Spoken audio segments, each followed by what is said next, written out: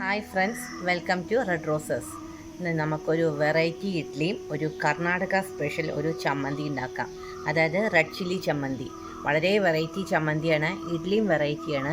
എല്ലാവരും ഇതൊന്ന് ട്രൈ ചെയ്യൂ. നമുക്ക് വീഡിയോയിലേക്ക് കിടക്കാം.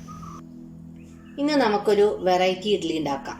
ഏകദേശം ഒരു 30 ഇഡ്ഡലിക്കുള്ള അരിയും ഉഴുന്നും ഞാൻ നന്നായി കഴുകിയതിന് ശേഷം ഒരു 6 മണിക്കൂർ വെള്ളത്തിലിട്ട് വെച്ചിട്ടുണ്ട്.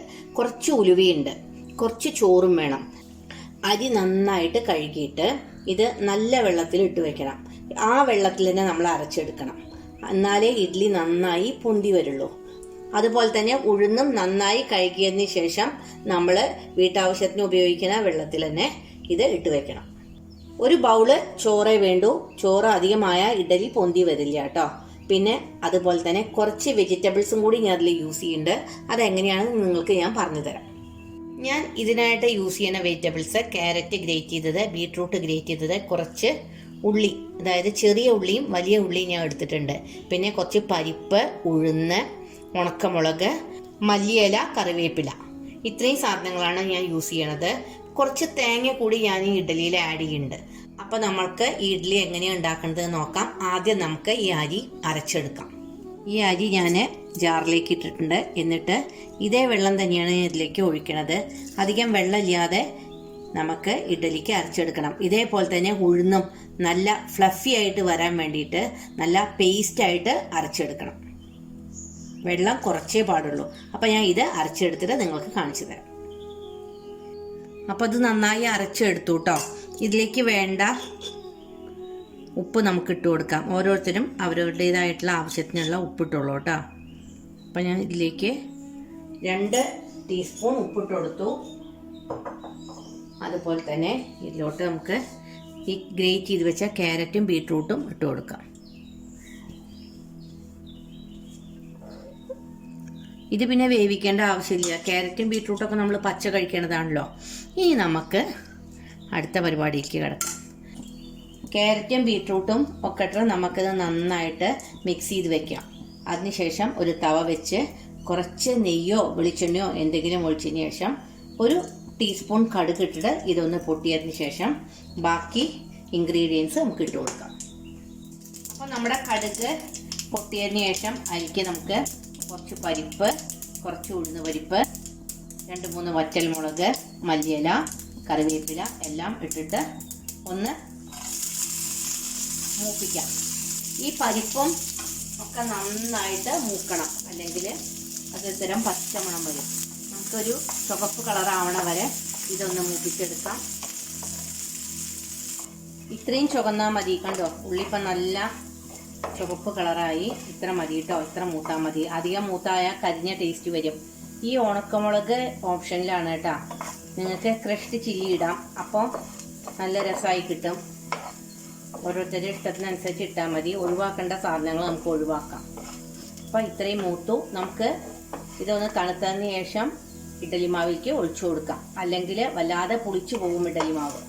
ഇതൊന്ന് തണുക്കട്ടെ. അപ്പം ഞാൻ ഇത് തണുത്തതിന് ശേഷം ഇഡ്ഡലിയുടെ മാവിലേക്ക് ഇട്ടു. ഇനി നമുക്കിത് നന്നായിട്ട് ഒന്ന് മിക്സ് ആക്കിയിട്ട് എടുത്ത് വയ്ക്കാം. ഒരു 6 മണിക്കൂർ കഴിഞ്ഞ് നമുക്ക് ഇഡ്ഡലി ഉണ്ടാക്കാം. അപ്പോൾ വല്ലാതെ പുളിക്കില്ല.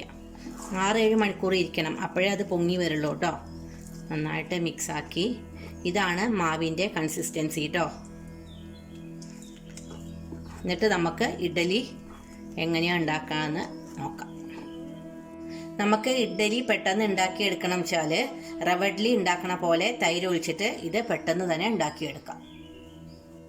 അപ്പം നമ്മളുടെ ഇഡ്ഡലി മാവ് കണ്ടുവോ, നന്നായിട്ട് പൊന്തിയിരിക്കണു, നന്നായി പതഞ്ഞു. ഇത് നമുക്ക് നന്നായിട്ട് ഇളക്കിയിട്ട് നല്ല കളർഫുൾ ഇഡ്ഡലി ചുട്ടെടുക്കാം. അതിനു മുമ്പ് നമുക്ക് ഇഡ്ഡലിയിലെ തട്ടിൽ ഇതുപോലെ നമുക്കൊന്ന് എണ്ണ പരട്ടണം. ഇതാ, ഇഡ്ഡലി തട്ടിൽ നമുക്ക് ഇതുപോലെ ഒന്ന് എണ്ണ പരട്ടാം. എന്നിട്ട് ഞാൻ എല്ലാ ഇഡ്ഡലിയും ഇതിൽ ഒഴിച്ചിട്ട് നമുക്ക് അടുപ്പത്ത് വെച്ച് വെന്തതിന് ശേഷം നിങ്ങളെ കാണിച്ചു തരാം.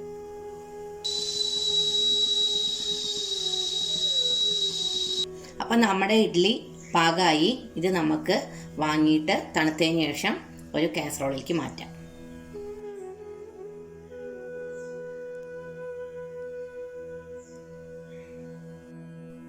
അപ്പോൾ ഇഡ്ഡലി നന്നായി തണുത്തു. നമുക്ക് ഓരോന്നായിട്ട് അത് അടത്തിയിടാം കേട്ടോ. കാസറോളിലേക്ക് അടത്തിയിടാം. കണ്ടോ, നല്ല ഇഡ്ഡലി. അപ്പം ഞാൻ ഇത് അടത്തിയിട്ടിട്ട് നിങ്ങൾക്ക് കാണിച്ചു തരാം. വളരെ സോഫ്റ്റും വളരെ ടേസ്റ്റി ആയിട്ടുള്ള ഇഡ്ഡലിയാണ്. നല്ല വൈറ്റമിൻസൊക്കെ ഇതിലുണ്ട്. കാരണം എന്താ വെച്ചാൽ പച്ചക്കറികളൊക്കെ ഉണ്ടല്ലോ. ഇതെല്ലാവരും ഒന്ന് ട്രൈ ചെയ്യണം. നല്ല ചട്നി, സാമ്പാർ എല്ലാം കൂട്ടിയിട്ട് ഇത് കഴിക്കാൻ വളരെ ടേസ്റ്റിയാണ്. നമുക്ക് ഇനി നല്ലൊരു ചട്നി ഇതിന് തയ്യാറാക്കാം. ഈ ഇഡ്ഡലി കണ്ടോ, വളരെ സോഫ്റ്റാണ്. നല്ല ഭംഗിയുണ്ട് കളറ് കാണാൻ. കുട്ടികൾക്കൊക്കെ നന്നായിട്ട് ഇഷ്ടപ്പെടും. ഇന്ന് നമുക്ക് നല്ലൊരു വെറൈറ്റി ചട്നി ഉണ്ടാക്കാം. ഇത് നല്ല ടേസ്റ്റിയാണ്, അതുപോലെ തന്നെ ഹെൽത്തിയാണ്. കളർഫുൾ ഇഡ്ഡലിക്ക് കൂട്ടായിട്ട് നമുക്കൊരു ചട്നി ഉണ്ടാക്കണ്ടേ? അപ്പം നമുക്കൊരു റെഡ് ചില്ലി ചട്നി ഉണ്ടാക്കാം. കുറച്ച് റെഡ് ചില്ലി, ഉള്ളി, വെളുത്തുള്ളി, 2 തണ്ട് കറിവേപ്പില, ജീരകം, ഉലുവ, അത് ഇത്ര മതിയിട്ട് ആദ്യമായാൽ കഴിക്കും. നാരങ്ങാനീര്, കായം, വറവിടാനായിട്ട് വെളിച്ചെണ്ണ, കടുക്, കായം, കറിവേപ്പില. അപ്പോൾ നമുക്ക് എന്ത് ചെയ്യാം, ആദ്യം തന്നെ ഒരു പാത്രത്തിലിട്ടിട്ട് ഈ ഉലുവയും ഈ ജീരകവും ഒന്ന് നന്നായിട്ട് വറുത്ത് കൊണ്ടുവരാം. വെറുതെ വറക്കാവൂ, ഞാൻ കാണിച്ചു തരാം എങ്ങനെയാണ്. അപ്പോൾ നമുക്ക് ആദ്യം ഉലുവ ഒന്ന് വറുത്തെടുക്കാം. ഉലുവ വറുത്തെടുത്ത് കഴിഞ്ഞ് ജീരകം ഒന്ന് ലൈറ്റായിട്ട് വറക്കാം. എന്നിട്ട് നമുക്ക് ആ ഇടിക്കല്ലിട്ട് അതൊന്ന് പൊടിച്ച് വെക്കണം. കുറച്ച് ഉലുവയേ ഉള്ളൂ, അതിൻ്റെ ആവശ്യമുള്ളൂ കേട്ടോ. ഉലുവ അധികം ആയാലേ കഴിക്കും. ഇതൊരു കർണാടക സ്റ്റൈൽ ചട്നിയാണ് കേട്ടോ, റെഡ് ചില്ലി ചട്നി. ഇത് മൂത്ത് കഴിഞ്ഞാലേ ചെറുതായിട്ട് ഇങ്ങനെ ഒരു പൊട്ടണ സൗണ്ട് വരും. നിങ്ങളിതൊന്ന് ട്രൈ ചെയ്ത് നോക്കൂ കേട്ടോ, ഭയങ്കര ടേസ്റ്റാണേ. അപ്പോൾ ഇത് നന്നായിട്ട് ചൂടായി, നമുക്കിത് വാങ്ങി വയ്ക്കാം. ഇനി ഈ ജീരകം ഒന്ന് ചെറുതായിട്ട് ചൂടാക്കാം. 2 നമുക്ക് കല്ലിലിട്ടൊന്ന് ഇടിച്ച് പൊടിക്കാം. അപ്പോൾ അതൊന്ന് പൊടിച്ചെടുക്കട്ടെ. രാവിലെ തന്നെ നല്ല എക്സസൈസായി. ഇതിൻ്റെ ഒപ്പം തന്നെ ഞാൻ ജീരകം ഇട്ട് കൊടുക്കട്ടെ.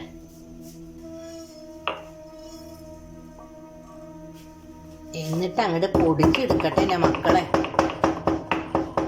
എന്താ ഒരു വഴിയും ജീരകത്തിൻ്റെ ഒക്കെ ഒരു മണം എന്ന് പറയും. ഇനി ചട്നിക്ക് വേണ്ട മറ്റ് ഇൻഗ്രീഡിയൻസ് ഒക്കെ ഒന്ന് ചെറുതായി വഴറ്റിയെടുക്കാം. വെളിച്ചെണ്ണ ഒഴിച്ചു, അതിലേക്ക് നമ്മളുടെ റെഡ് ചില്ലി ഇട്ട് കൊടുത്തു. ഒപ്പം തന്നെ വെളുത്തുള്ളി ഇടണം. ഒന്ന് ചെറുതായി വാടിയാൽ മതി കേട്ടോ. 4 ചുവന്ന ഉള്ളി. ഇത് ഓപ്ഷനിലാണ്, വേണം നിർബന്ധമില്ല. പക്ഷേ ഉള്ളി ഉണ്ടെങ്കിലേ ഒരു ടേസ്റ്റ് ഉള്ളൂ. ഇത് എൻ്റെ ഇഷ്ടത്തിന് ഞാൻ ചേർക്കേണ്ടതാണ് കേട്ടോ. ഇത് നന്നായി ഒന്ന് വഴറ്റിയിട്ട് ഒന്ന് ക്രിസ്പി ആയി കഴിഞ്ഞാൽ നമുക്ക് ഇത് അരച്ചെടുക്കാം. ഇതിൽ വെള്ളയെ ചേർക്കരുത്, നമ്മൾ അരച്ചെടുക്കുന്നത് നാരങ്ങാനീരിലാണ്. അപ്പോൾ മുളകൊക്കെ നല്ല ക്രിസ്പിയായി. നമുക്കിത് ഓഫ് ചെയ്യാം. തണുത്തതിന് ശേഷം ഇത് അരച്ചെടുക്കാം. ഇതിനെ രഞ്ജാക്ക ചട്നി എന്നും പറയും കേട്ടോ. നമുക്കിതിൽ ആവശ്യത്തിനുള്ള ഉപ്പ് ചേർക്കാം, നാരങ്ങാനീര് ചേർക്കാം, എല്ലാം കൂടി അരയ്ക്കാം. അപ്പോൾ ഇതൊക്കെ നല്ല ക്രിസ്പായി നന്നായി വഴറ്റി നമുക്കിതൊക്കെ ഈ മിക്സിക്ക് ഇട്ടിട്ടേ അത് അരച്ചെടുക്കാം കേട്ടോ.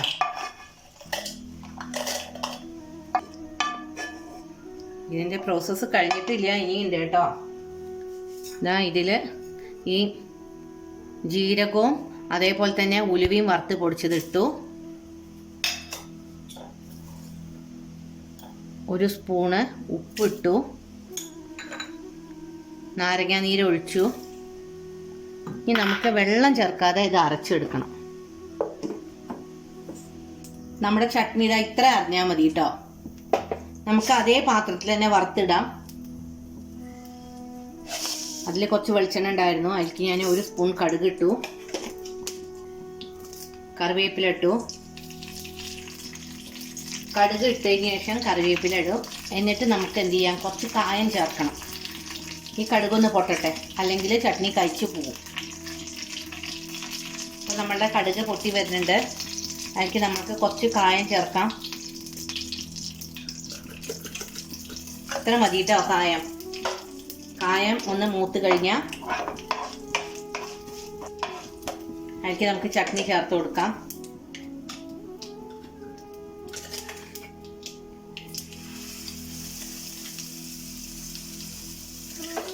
നമുക്ക് ഫ്ലെയിം കുറയ്ക്കാം. കുറച്ച് പഞ്ചസാര നമുക്കിതിൽ ആഡ് ചെയ്യണം. അപ്പോൾ ഒരു ഹോട്ട് ആൻഡ് സ്വീറ്റ് ചട്നിയായി.